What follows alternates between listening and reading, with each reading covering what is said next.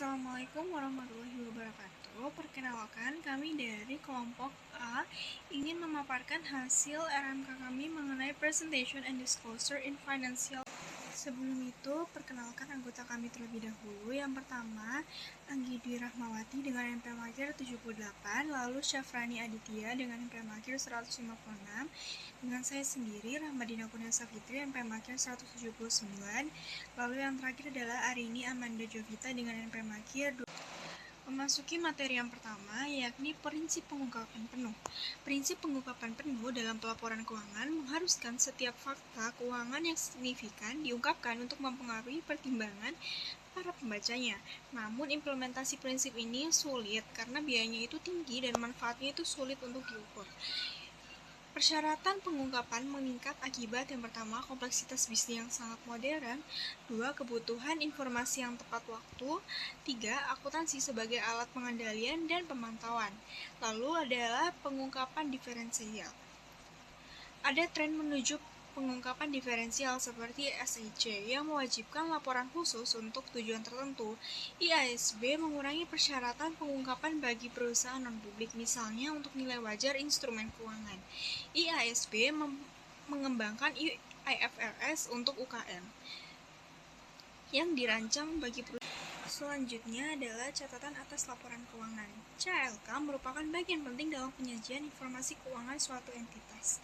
Catatan ini berfungsi sebagai alat untuk merinci dan menjelaskan pos-pos yang disajikan dalam batang tubuh laporan keuangan, yang memberikan informasi tambahan bersifat kualitatif beserta kuantitatif untuk memperluas pemahaman pengguna mengenai laporan keuangan. Kebijakan akuntansi merupakan prinsip dasar konvensi peraturan dan praktik tertentu yang harus diterapkan dalam penyusunan dan penyajian laporan keuangan. Kebijakan ini dipilih oleh entitas dan harus dapat menjelaskan pengakuan, pengukuran, dan penyajian. Entitas harus menyajikan pernyataan untuk mengidentifikasi kebijakan akuntansi yang dianut, yang biasanya itu disebut dengan ikhtisar kebijakan akuntansi. Selain itu, entitas juga harus mengidentifikasi penilaian.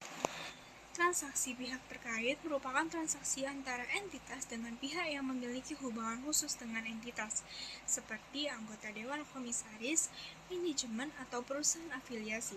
Transaksi pihak terkait material harus diungkapkan dalam CALK.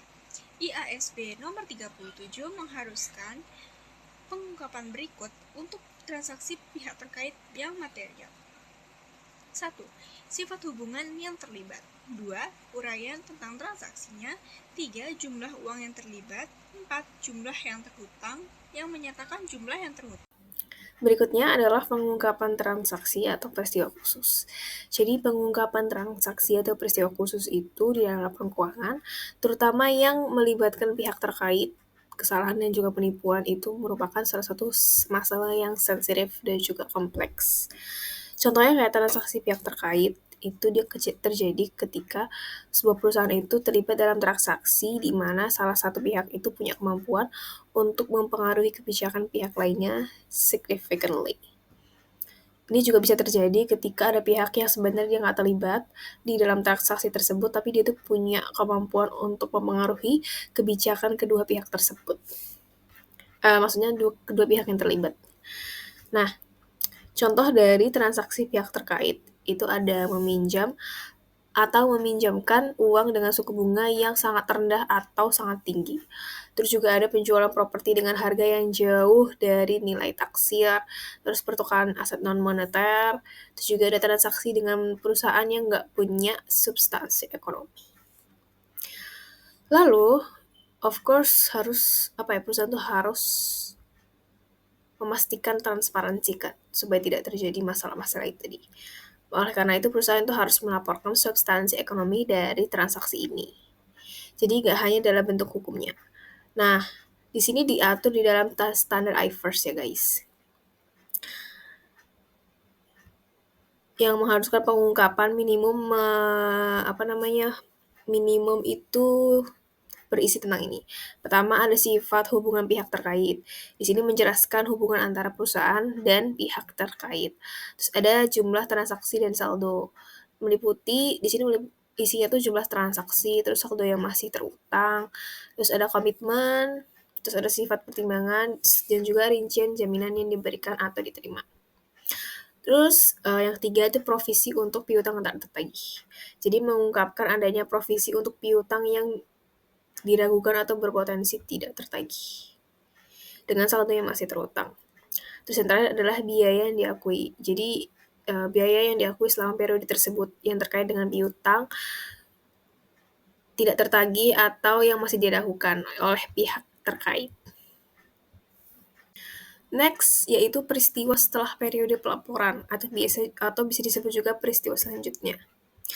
Jadi di CALK itu harus menjelaskan setiap peristiwa keuangan signifikan yang terjadi setelah tanggal laporan posisi keuangan formal. Tapi sebelum laporan tersebut disetujui untuk diterbitkan, ya. Jadi peristiwa itu dikenal sebagai peristiwa setelah periode pelaporan.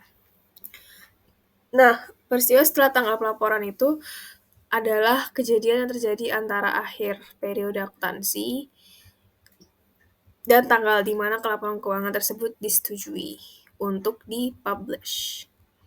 Nah, peristiwa ini tuh bisa mempengaruhi pemahaman pengguna laporan tentang posisi keuangan dan hasil operasi perusahaan.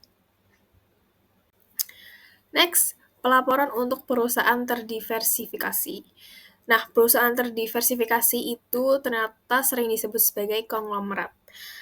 Yang artinya adalah perusahaan ini tuh punya beberapa lini bisnis yang biasanya tuh berada di industri yang nggak saling terkait.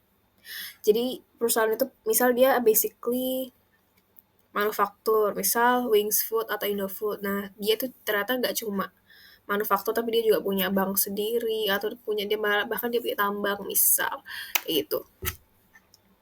Nah, struktur ini tuh memungkinkan perusahaan untuk mengurangi risiko terkait fluktuasi ekonomi dengan menyebarkan investasi mereka di berbagai sektor. Nah, ketika perusahaan itu beroperasi dalam banyak lini bisnis yang beda, otomatis investor dan analis investasi itu perlu informasi yang mendalam tentang rincian di balik laporan keuangan konglomerat. Jadi, investor dan analis itu harus tahu kayak data-data segmentasi gitu dari tiap segmen bisnis yang dipunya perusahaan itu. Nah, tujuan dari pelaporan informasi tersegmentasi supaya kasih informasi tentang berbagai jenis aktivitas bisnis yang dijalankan oleh suatu perusahaan kayak gitu. Nah, kemudian ini tuh memenuhi tujuan untuk membantu pengguna laporan keuangan dalam memahami kinerja perusahaan yang tadi aku bilang. Terus menilai prospek arus kas masa depannya. Terus membuat penelitian yang lebih tepat tentang perusahaan secara keseluruhan. Nah, baik. Untuk materi selanjutnya yaitu mengidentifikasi segmen operasi. Yang pertama, dalam mengidentifikasi segmen operasi itu, kita sebuah perusahaan itu harus melakukan kegiatan usaha yang menghasilkan pendapat dan menimbulkan biaya. Lalu yang kedua, hasil operasinya ditinjau secara berkala oleh para pengambil keputusan untuk menilai kinerja segmen dan mengalokasikan sumber daya ke segmen tersebut. Lalu yang ketiga, untuk informasi keuangan diskret yang tersedia yang dihasilkan oleh atau berdasarkan sistem pelaporan keuangan internal. Lalu penggabungan informasi tentang dua segmen atau lebih harus memiliki karakteristik seperti sifat produk dan layanan yang disediakan, sifat proses produksi, jenis atau kelas pelanggan, metode pendistribusian produk atau jasa. Lalu jika berlaku itu harus memiliki karakteristik sifat lingkungan peraturan. Nah, untuk menentukan apakah segmen tersebut itu cukup signifikan, maka dilakukan dengan uji materialitas kuantitatif untuk menjamin pengungkapan yang sebenarnya. Segmen operasi dianggap signifikan dan karena merupakan segmen yang dapat dilaporkan jika memenuhi satu atau lebih ambang batas kuantitatif seperti pendapatan itu berada di 10% atau lebih, lalu keuntungan dan kerugian, lalu aset yang dapat diidentifikasi. Selanjutnya yaitu informasi tersegmentasi yang dilaporkan. Nah, IASB sendiri mengharuskan suatu perusahaan melaporkan informasi umum tentang segmen operasinya. Lalu melaporkan segmentasi laba rugi dan informasi terkait, segmentasi aset dan liabilitas, rekonsiliasi, informasi tentang produk dan layanan, serta wilayah geografis dan pelanggan utamanya. Lalu pada interim. Nah, laporan interim sendiri mencakup periode kurang dari 1 tahun. Bursa Efek, regulator pasar, dan profesi akuntansi memiliki kepentingan aktif dalam penyajian informasi interim. Harus tersedia bagi para pengambil keputusan sebelum kehilangan dari konsep ini. Kapasitasnya untuk mempengaruhi keputusan mereka seperti ketepatan waktu. Karena sifat informasi dalam laporan ini yang bersifat jangka pendek, terdapat kontroversi yang cukup besar mengenai pendekatan umum yang harus digunakan, seperti pendekatan diskrit dan pendekatan integral. Secara umum, IFRS itu mengharuskan perusahaan untuk mengikuti pendekatan diskrit seperti mencatat pendapatan dan beban dalam laporan interim sesuai dengan prinsip pengakuan pendapatan dan beban. Meskipun pengukuran tahun berjalan mungkin melibatkan perubahan estimasi jumlah yang dilaporkan pada periode interim sebelumnya dari tahun keuangan berjalan. Prinsip pengakuan aset liabilitas, pendapatan dan beban untuk periode interim sama dengan prinsip pengakuan aset, liabilitas pendapatan dan beban dalam laporan keuangan tahunan. Persyaratan pelaporan interim sendiri harus menggunakan kebijakan akuntansi yang sama untuk pelaporan interim dan tahunan, seperti mengakui pendapatan dalam periode dengan dasar yang sama seperti yang diakui untuk periode tahunan. Lalu masalah unik dalam pelaporan interim sendiri, yang pertama ada pajak penghasilan. Seperti menggunakan pendekatan tahunan dalam pajak penghasilan ini, menghitung beban pajak penghasilan yang diakui pada setiap periode interim berdasarkan estimasi terbaik dari tarif pajak penghasilan tahunan rata-rata terimbang yang diharapkan untuk tahun keuangan penuh. Kalau yang kedua, ada musiman. Nah, musiman ini terjadi ketika sebagian besar penjualan perusahaan terjadi dalam satu periode pendek dalam setahun, sementara biaya tertentu tersebar merata sepanjang tahun.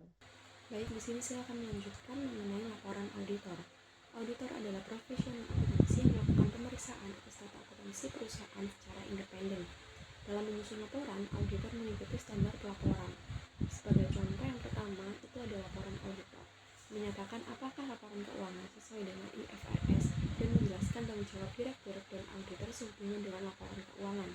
Yang kedua, laporan auditor mengidentifikasi keadaan di mana perusahaan tidak konsisten dalam menerapkan kebijakan pada periode berjalan dengan periode sebaliknya. 3. Pengguna harus memerhatikan pengungkapan informatif dalam laporan keuangan secara cukup wajar kecuali jika laporan tersebut menyatakan sebaliknya. Yang keempat, laporan tersebut berisi pernyataan opini mengenai laporan keuangan secara keseluruhan atau pernyataan bahwa pendapat tidak dapat diungkapkan. Dan di bawah itu ada auditor dapat menyimpang dari standar laporan wajar tanpa pengecualian laporan keuangan. Yang pertama, itu ada ruang lingkup pemeriksaan dibatasi atau dipengaruhi oleh kondisi atau batasan. Yang kedua, laporan tidak menunjukkan posisi keuangan secara wajar atau hasil operasi karena ada alasan-alasan yang tertentu, yakni ketidaksesuaian dengan prinsip dan standar akuntansi yang berlaku. Pengungkapan yang tidak memadai. Selanjutnya yaitu laporan manajemen. Di sini ada dua. Yang pertama ada komentar manajemen, yaitu membantu dalam menafsirkan posisi keuangan, kinerja keuangan, dan arus kas perusahaan. Laporan tersebut dapat mencakup tinjauan tentang yang pertama, faktor dan pengaruh utama dalam melanjutkan kinerja keuangan, termasuk perubahan lingkungan di mana entitas beroperasi, sumber pendanaan perusahaan dan rasio liabilitas terhadap ekuitas yang ditargetkan. Sumber daya perusahaan tidak diakui dalam laporan posisi keuangan sesuai dengan IFRS. Lalu yang kedua ada tanggung jawab manajemen atas laporan keuangan. Manajemen bertanggung jawab menyusun laporan keuangan dan menetapkan, mengelola sistem pengendalian internal yang efektif. auditor memberikan penilaian independen atas apakah laporan keuangan disusun sesuai dengan IFRS dan untuk perusahaan publik. Selanjutnya itu pelaporan perakiraan dan proyeksi keuangan. Perakiraan keuangan adalah serangkaian laporan keuangan prospektif yang menunjukkan yang terbaik untuk pengetahuan dan kepercayaan pihak yang bertanggung jawab, posisi keuangan, dan hasil operasi. Sedangkan proyeksi keuangan adalah laporan keuangan prospektif yang menyajikan yang terbaik untuk pengetahuan dan kepercayaan pihak yang bertanggung jawab, memberikan satu atau lebih asumsi hipotesis, posisi keuangan, dan hasil operasi. Nah, di sini kita harus tahu perbedaan antara perakiraan keuangan dan proyeksi keuangan, yaitu perakiraan menyediakan informasi tentang apa yang diharapkan terjadi, sedangkan profesi keuangan memberikan informasi tentang apa yang mungkin terjadi tapi belum tentu diharapkan terjadi. Nah, di sini ada argumen yang mewajibkan perakiraan dipublikasikan. Yang pertama ada keputusan investasi didasarkan pada harapan masa di depan. Perusahaan sudah menyebarkan perakiraan secara informal. Keadaan sekarang berubah begitu cepat sehingga informasi historis tidak lagi memadai untuk prediksi. Selanjutnya ada argumen yang menentang diwajibkannya perakiraan dipublikasikan. Yang pertama ada tidak ada yang bisa meramal masa depan. Perusahaan mungkin hanya berusaha memenuhi perakiraan yang dipublikasikan. Perakiraan tidak akurat, maka ada dugaan dan kemungkinan tindakan hukum. Yang keempat, pengungkapan perakiraan akan merugikan organisasi itu sendiri. Pelaporan keuangan internet. Nah, pelaporan internet dapat membantu membuat laporan keuangan lebih relevan dengan memungkinkan perusahaan untuk melaporkan data terpisah yang diperluas dan data yang lebih tepat waktu daripada yang mungkin dilakukan melalui laporan berbasis kertas. Nah, sedangkan XBRL adalah bahasa komputer yang diadaptasi dari kode internet. Kode ini memberi tag pada data akuntansi agar sesuai dengan pos pelaporan keuangan yang dilaporkan dalam laporan posisi keuangan, laporan laba rugi, dan laporan arus kas. Pelaporan keuangan yang curang itu didefinisikan sebagai perilaku yang disengaja atau ceroboh, baik itu secara tindakan maupun kelalaian. Yang pastinya, kecurangan itu akan mengakibatkan laporan keuangannya memberikan informasi yang menyesatkan. Nah, pelaporan keuangan yang curang itu biasanya terjadi karena kondisi di lingkungan internal maupun eksternal. Kalau di lingkungan internal tuh contohnya biasanya terkait dengan sistem controlling atau maintaining pengendalian internal yang buruk. Kayak sikap manajemen yang kurang beretika atau mungkin likuiditas atau profitabilitas perusahaan yang jelek. Kalau dari lingkungan eksternal itu terkait dengan kondisi industri, terus lingkungan bisnis secara overall, atau juga pertimbangan hukum dan juga peraturan. Nah, biasanya nih motivasi untuk melakukan kecurangan itu biasanya kalau nggak tertekan, ya kayak ada dendam gitu kan. Nah, jadi ataupun satu lagi adanya kesempatan. Nah, motivasi untuk melakukan kecurangan dalam pelaporan keuangan itu bisa terjadi karena keinginan untuk memperoleh harga saham yang lebih tinggi, terus supaya laba, atau menghindari gagal bayar atas perjanjian pinjaman, atau memperoleh keuntungan pribadi, dan lain-lain. Nah, kemudian peluang terjadinya kecurangan pelaporan keuangan itu muncul dalam situasi ketika kecurangan mudah dilakukan ya, kayak tadi aku bilang ada kesempatan. Dan juga ketika pendeteksian itu sulit, jadi ketika orang-orang itu lengah. Biasanya muncul itu pertama karena nggak ada dewan direksi atau komite audit yang secara strict itu mengawasi proses pelaporan keuangan. Terus nggak ada kontrol akuntansi internet jelek atau lemah. Terus transaksi yang nggak biasa atau rumit, kayak contohnya konsolidasi antar dua perusahaan, terus divestasi atau penutupan operasi tertentu, kayak gitu. Terus ada estimasi akuntansi yang perlu penilaian subjektif yang signifikan oleh manajemen perusahaan. Kemudian ada juga staf audit internal yang nggak efektif akibat jumlah staf yang nggak memadai dan juga ruang lingkup auditnya juga terbatas. Oke teman-teman, jadi itu adalah materi terakhir yang kita bahas di minggu ini. So, that's all from us, kelompok A. Dan mohon maaf bila ada kesalahan dan juga kekurangan dalam penyampaian informasi dan juga kualitas informasinya. Sekian dari kami. Wassalamualaikum warahmatullahi wabarakatuh.